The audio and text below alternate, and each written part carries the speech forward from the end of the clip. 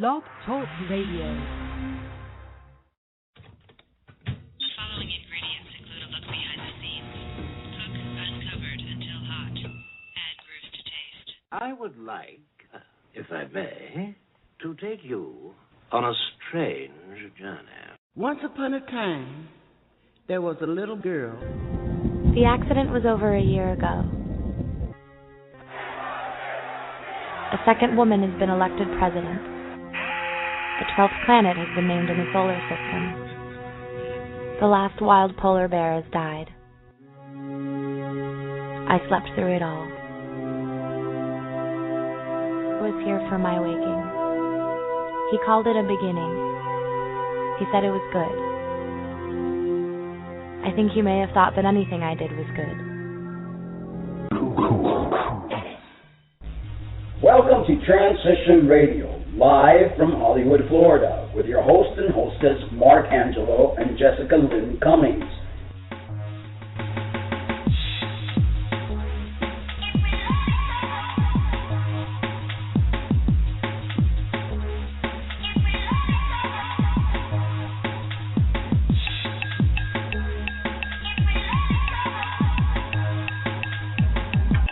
For trans folks, by trans folks, here to let your voice be heard.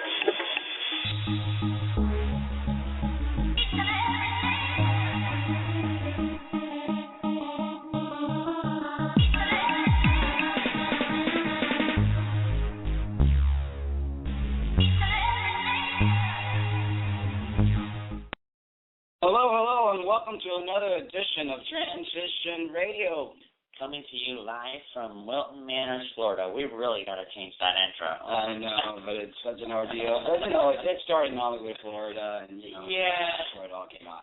Anyway, tonight we have a special guest, Dr. Kelly Winters. She's a writer and consultant on issues of gender diversity, medical and public policy. But before we bring her on, we want to thank our sponsor. TheBreastFormStore.com. They have everything you need for your cross-dressing and transgender needs. Visit their website and tell them Transition Radio sent you. Dr. Winters is the founder of GID Reform Advocates, the author of Gender Madness in American Psychiatry, Essays from the Struggle for Dignity, member of the International Advisory Committee for the World's Professional Association for Transgender Health Standards of Care, and advisory board members for Trans Youth Family Allies.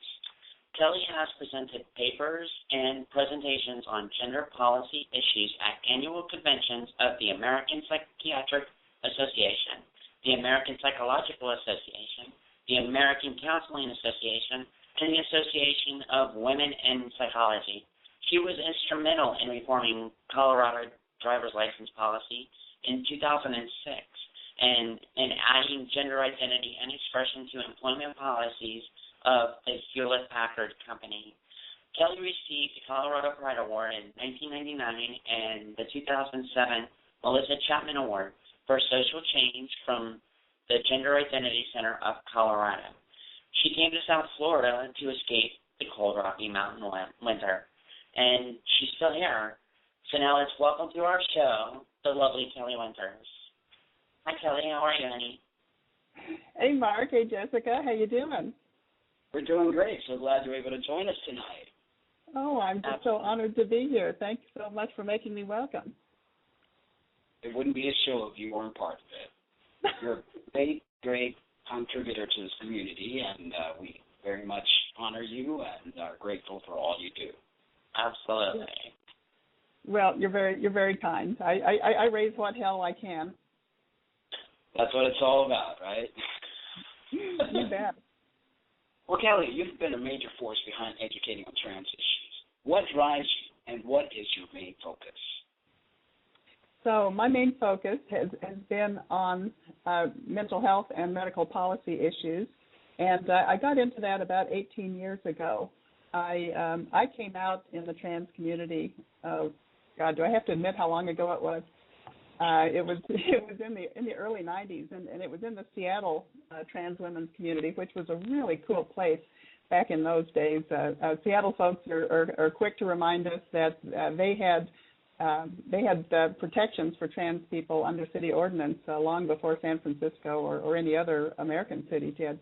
And it was just a very, very nurturing place. And, in many ways, I'm here today because of, I think, the love and support that I got from the trans community in Seattle in those days. And I got to a place where I wanted to give something back to the community. And, as you and Jessica know, it can be so overwhelming so quickly because there's so much to be done. So I looked at the history of the gay rights movement as a model for how, one person or a small group of people might make a difference. And there were really, as we all know, there were two kind of inflection points in history when small groups of people really did make a difference. And one was, of course, the Stonewall riots in 1969.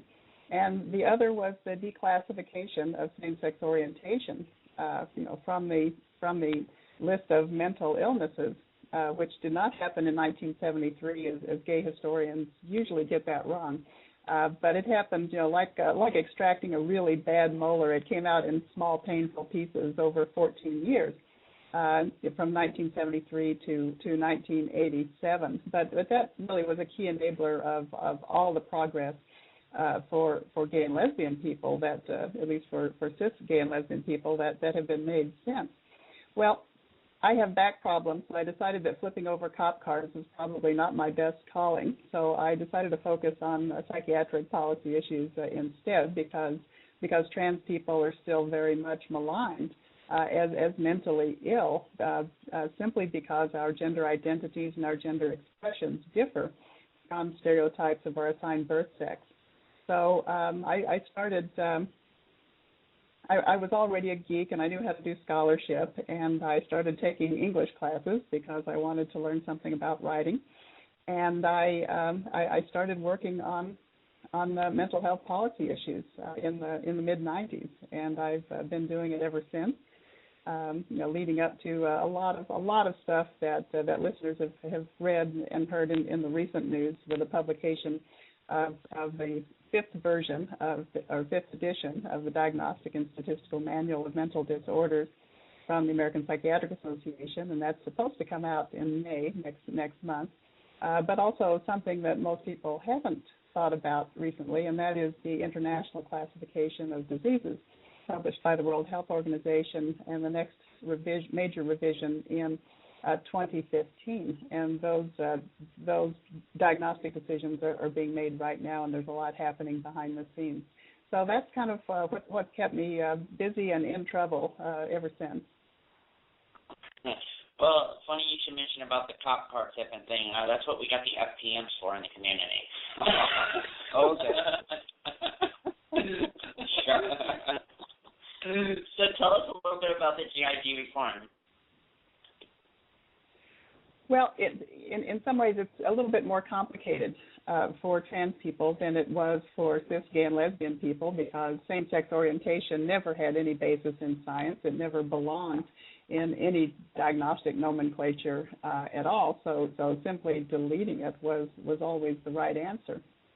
The problem, I think the complication that we have, while we still, suffer the same ill effects of classifying for trans people as mentally disordered behaviors that would be ordinary or even exemplary for all other people. The complicating issue that we have is that some of us, not all of us, but some of us need access to medical transition care, and that access to that medically necessary care, needs some diagnostic framework. So we do need some kind of diagnostic coding for that subset of the trans community that needs access to hormonal, and or surgical care. But we need coding that really makes sense and is aligned with those treatments rather than contradicting those treatments, which is really what we've had up until now, and I can go into that in a little bit more detail. But so that's really kind of been my focus, is on the classification of difference as disease for trans people, while looking for ways for new diagnostic coding that are aligned with the medical needs of trans people who need medical transition care. Right. So you're an author. Tell us a little bit about your book. So the book is kind of old history now. It's gender madness in American psychiatry, and I wrote it in 2008, and that's when a lot of the critical decisions were starting to come together for this version of the DSM-5. And for listeners that aren't familiar with all of the alphabet soup, the DSM, or Diagnostic and Statistical Manual of Mental Disorders, is published roughly every 20 years by the American Psychiatric Association. And in North America, that for the most part is the medical and to some extent a legal definition of what is mental illness and what is not in North America, meaning the United States and Canada. And trans people, a large portion of the trans community, which was maligned by a horrendous diagnostic category, which originally was called transvestism, later was given even an uglier title of transvestic fetishism, and is now expanded to transvestic disorder. So basically, addressing in ways that differ from your birth assignment, gender expression that differs from your birth assignment has, from actually the very beginning of the diagnostic nomenclature, has been listed as a mental disorder and specifically a sexual disorder. So in that sense, we've always been maligned in a pretty ugly way in the DSM. However, at about the time that same-sex orientation was phased out of the DSM, transsexual people were phased in. And so in 1980, with publication of the DSM-3, or the third revision of the DSM, transsexualism and gender identity disorder of childhood, meaning disordered gender identity, was introduced into the chapter of psychosexual disorders. And a few years later, in a minor revision called the DSM-3R, it was actually made a little bit more respectful. It was moved out of psychosexual disorders and back into a chapter called Disorders Usually First Evident in Infancy, Childhood, or Adolescence. So that was a little bit more respectful, talking about, it sounded a little bit more along the lines of human diversity and not a psychosexual disorder. But in the next major revision of the DSM, the political winds changed in American psychiatry again, and in the DSM-4, which is basically what we have today. It was published in 1994, and this is with a group that many listeners have heard of, what's known as the Clark Institute of Psychiatry in Toronto, and today it's been renamed the Center for Addiction and Mental Health, or CAMH, with names like Dr. Kenneth Zucker and Dr. Blanchard. When they took over these chapters in the DSM with the publication of the DSM-4, they moved the transsexualism diagnosis back to the sexual disorders chapter, and renamed them gender identity disorder of adults and adolescents and gender identity disorder of childhood. And this is a clinic, as many of us know, that is associated with gender reparative or gender conversion psychotherapies, particularly upon children whose behaviors differ from expectations of their birth sex. So there was this new nomenclature which was more disrespectful than ever, more sexualized than ever, and under the control of people that actually were in the business of reparative therapies. So that put us, way down this path of diagnostic coding that not only didn't make sense for transitioning people, but actually contradicted access to hormonal and/or surgical transition care, and that's basically the policy that we have in force today. Right. Well, I did hear that the DSM-4 and the DSM-5 they were taking gender identity and gender dysphoria out of the DSM which was in the previous DSM? Not exactly. So the DSM-4, actually TR, text revision, is what's in force today. And this is all really, really tedious, but it impacts so many lives, and it's really good for people to kind of be a little bit familiar with some of this terminology. So the 5th edition of the DSM, the last major edition, the 4, was published in 1994. The 5th edition of the DSM is scheduled to be released next month, so it's been cooking all of these years, and that is the DSM-5, as you said. And in the DSM-5, we actually have some good news.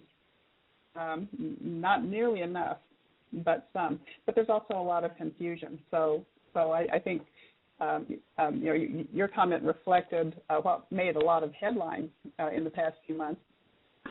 Yeah. To the extent that gender diversity had been declassified, and we actually saw that in some pretty major media outlets, and that actually is not true at all. In fact, the old category of gender identity disorder, again meaning defamatory title, meaning disordered identity, has been renamed gender dysphoria from a Greek root for distress. That's actually not a bad title. The problem is that it rhymes with another Greek word, dysmorphia, which means distorted self-image, and that's a really bad stereotype, a false stereotype that is used against trans people. And it's unfortunate that the word dysphoria, sounds so close to dysmorphia, which has an almost opposite meaning. But dysphoria, the word that they chose, is a Greek word for distress, and it really is intended to limit the diagnosis, not to diagnose difference, but to focus just on the people who are distressed with the bodies that they're stuck in, with the sex characteristics that they're stuck in, or barriers to making their social role congruent with who we are on the inside. So that change in title actually carries, I think, a really important clarification of meaning from something that's derogatory to something that's really more accurate for people who need access to, young people who need access to blockers, or people who need access to hormonal transition or surgical transition. And not everybody needs all of those, and not everybody needs any of those. But for those of us who do, and I was one of those folks, access to medical transition care can be health-saving, and it can literally be life-saving. So the change in title is a positive thing. Awesome. And there were some, but let's make no mistake, it is still in the Diagnostic Manual of Mental Disorders. So even though the word disorder does not appear in the title, and that was the source of the confused news headline, it is still very much in the Manual of Mental Disorders, just like everything else that's in that manual. But the other good news is that the gender identity disorder categories have been removed from the sexual disorders chapter, because that's one of the horrible stereotypes that trans people suffer, is that we are sexually disordered, that we are classified in the same chapter as pedophilia and voyeurism and all these really horrible stereotypes that are associated with, inflicting harm. But it's not a sexual disorder. We don't have a disorder about sex. We have a disorder about our gender, Exactly. So it's actually been moved to a separate chapter, and there's a lot of details that are still unknown about what that looks like. But that was actually a pretty major announcement, that the gender dysphoria codings are moved out of the sexual disorders chapter of the DSM, and so that part is good news. A third bit of good news is that the diagnostic criteria for children, which were horribly flawed, in the DSM-4, they made a deliberate decision to classify children as disordered, as having disordered gender identities, purely on the basis of nonconforming behavior. So purely on the basis of social nonconformity to stereotypes of their birth sex. So that means that, kids who were never trans at all, just boys who identified as boys but were feminine, and girls who identified as girls but were butch. Non-conforming boys and girls were being hauled off to clinics and diagnosed with, with gender identity disorder or disordered gender identities, as if they were, on some path to be transsexual. And this was for large numbers of children who were not trans at all. Right. And then tons and tons of really questionable research were published out of this. Basically all of these gender nonconforming kids who were not trans were scooped in to these research samples under flawed diagnostic criteria that were written by the researchers, by these same researchers, who examined these kids at say age 13 and found that they were, they're still not trans and therefore declared them cured. Right, exactly. We're going to take a quick break to make an announcement. For those of you who are actually local, there's a TransCon, which is a free conference on being transgender in today's workplace. It's set for 9 a.m. to 5 p.m. Saturday at the Sunshine Cathedral in Fort Lauderdale. Discussion will highlight transition and how to address name changes and other issues of identifying, resume building, how to dress for your work and interview, healthcare access, and employee rights in Florida. Presenters include Noah Lewis, attorney with the Transgender Legal Defense and Education Fund, Michael Travis of Employment Services for Career Connections of Broward, Inc., and Daniel Tilley of the American Civil Liberties Union. You can RSVP to 954-764-5150. Again, that number is 954-764-5150, and that would be the number you would call to RSVP to join the conference. Absolutely. Okay, now back to our show. So, WPATH has brought many changes to the guidelines governing the trans community. Tell our listeners what changes have taken place since. I know you some of these. What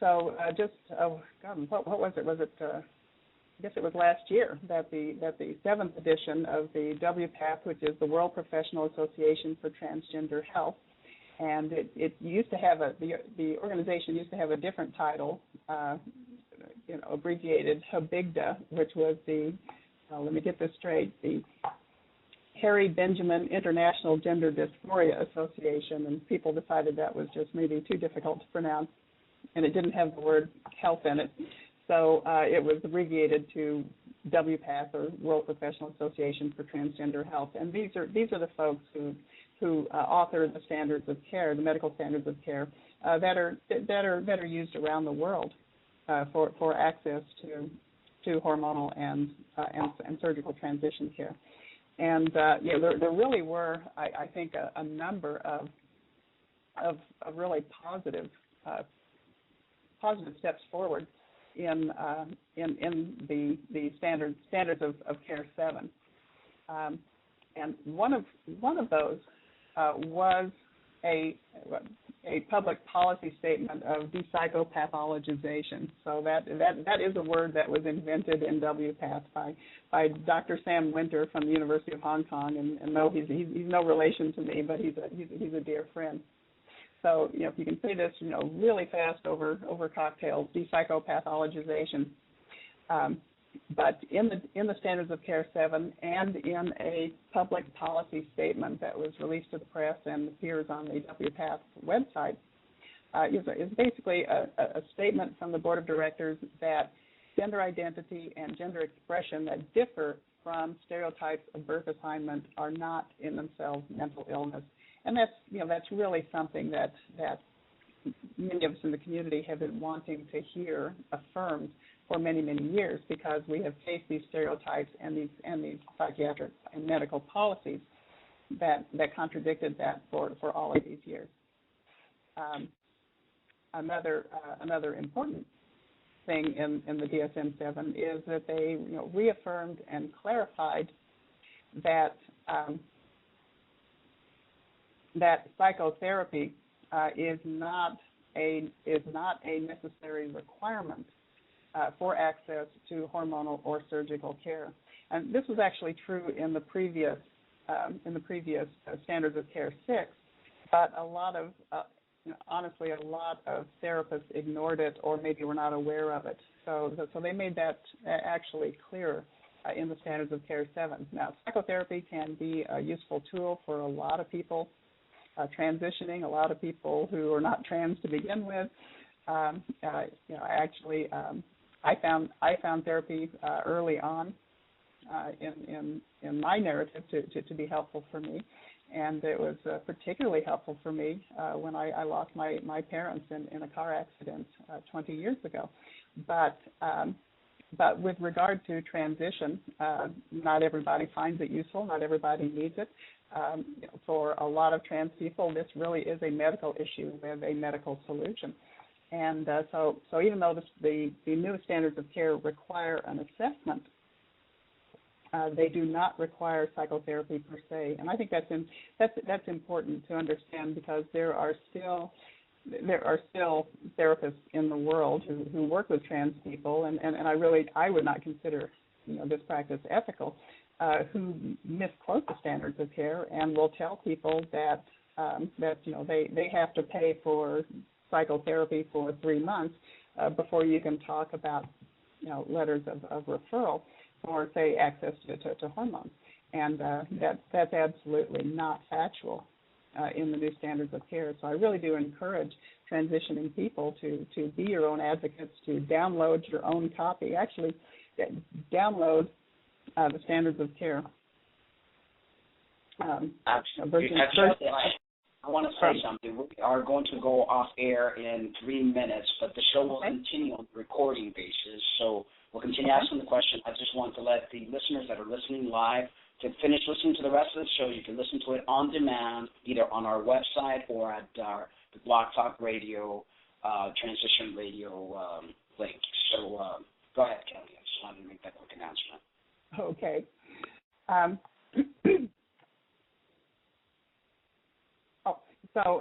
I think it's an unethical practice to tell people that the standards require 3 months or some period of psychotherapy when they don't. So I encourage people to go to WPATH, WPATH.org, download your own copy of version 7 of the Standards of Care. Print one for yourself, read it, learn it. Be your own consumer advocate, and print off another copy for your care providers. I think a fourth really positive thing in the new Standards of Care is that for hormones, that assessment, can actually be made by a medical care provider and not necessarily by a mental health provider. And that's advantageous for a lot of people. One who has, say, people who have close relationships with their primary care physician and do not have close relationships with any therapist. And so if you have a physician who's known you for years and years, why shouldn't that physician be, you think? Yeah, definitely. Exactly. And that's the funny thing, like you said, about not needing a letter from a therapist to undergo surgery or to start hormones. But I did notice I just underwent a partial lower surgery 3 weeks ago, but my doctor still asked me, or the surgeon still asked me for my letter. I mean, I had both my letter from my therapist and my endocrinologist, so I was able to provide that to him, but he still asked. Yeah, they're still going by the old standard, and it's going to take a little while to catch up. No, Mark, but let me be clear. No, you still need a letter for surgery. And you need the equivalent of a letter for hormones. It's just that there's no mandatory period of psychotherapy to go with those letters. Letters are based on assessment. So bottom surgery requires 2 letters. Top surgery for trans men or trans women, I think, requires 1 letter. Hormones require 1 letter. But for hormones, and I don't think this is true for surgery, but for hormones, the letter actually can be provided by the medical care provider, which I guess writing to herself or himself. but the assessment is really what we're talking about. That assessment can be done by other than a mental health professional.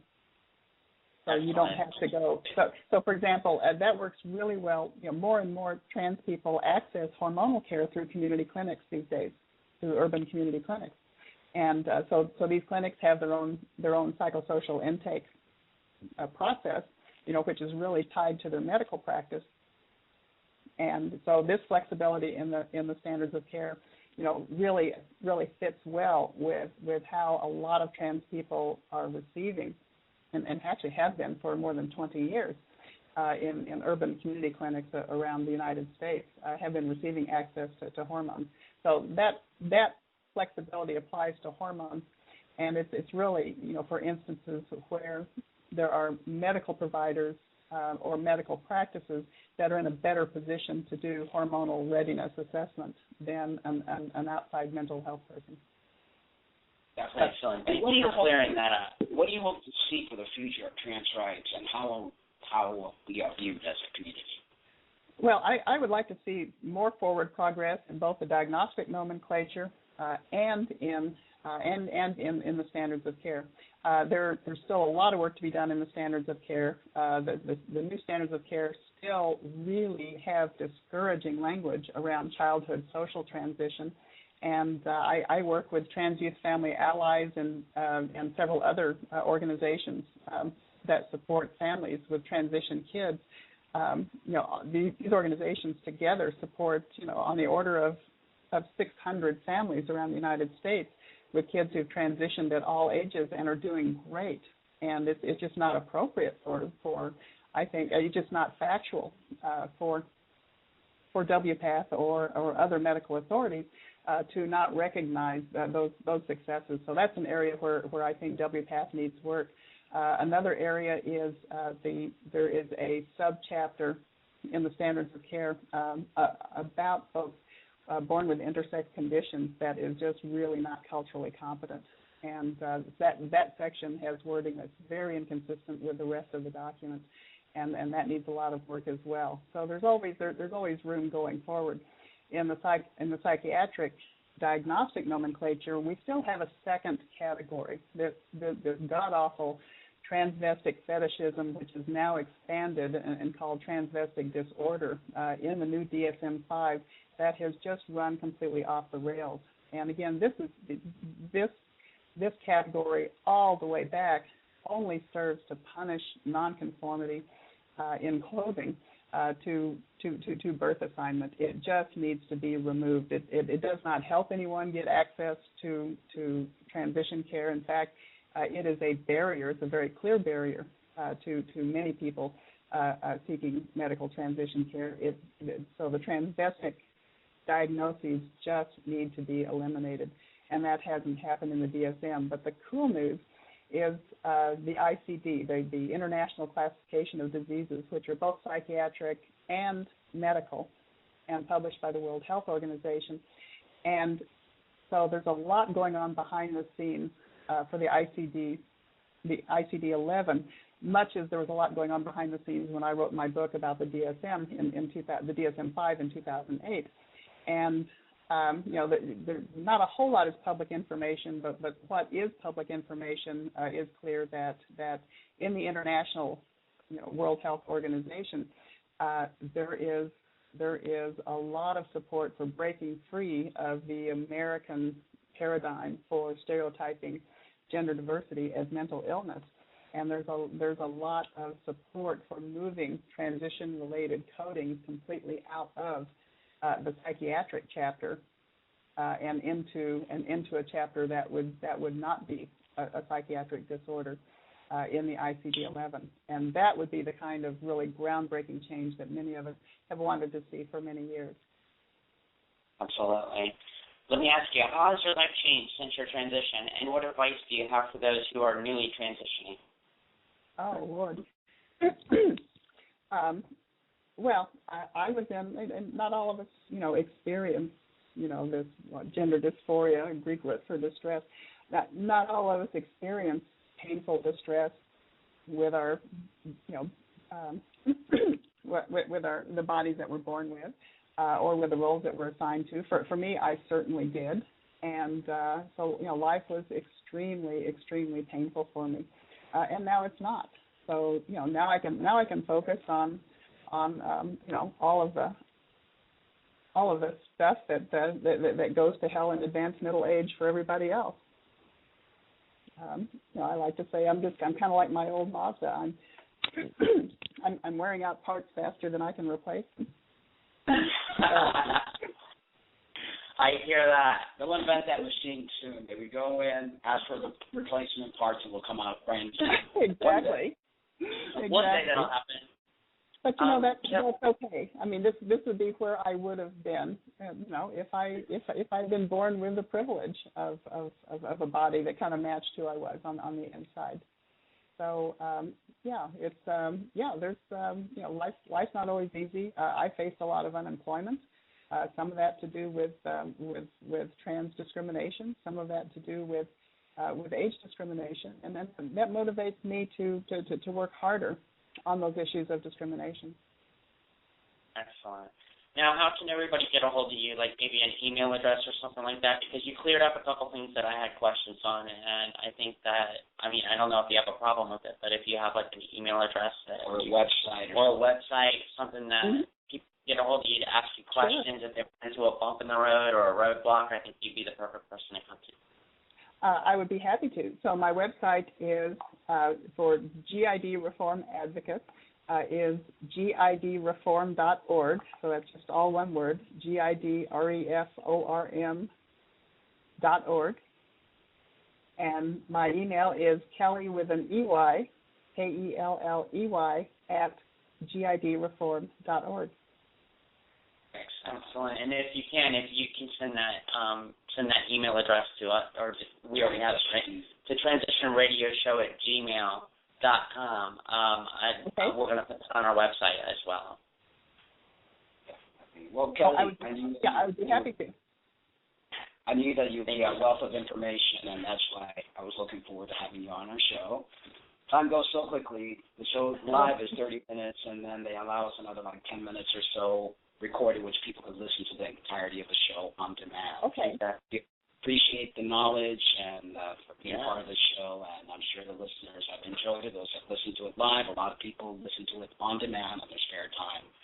So I'm sure this is going to be a very high download show because a lot of information was provided. Absolutely. Thank you. Well, thank you so very much. This was so much fun, and I really look forward to hearing from some of the listeners. Absolutely. And thank you so much for being here with us tonight, Kelly. Well, what I want to tell everybody is Sunday at 4 p.m. live on Transition Radio TV show. We have Jade Matrix. She's a performer, and she is from Canada, so don't miss that show this Sunday at 4. Thank you guys for taking time to listen to us on a Friday. I hope you enjoy your weekend. But we have something very important to tell you. We love you, but remember to always love yourselves, too. Good night, everybody. And good night, Kelly. Thank you for joining. Good night. Thank you.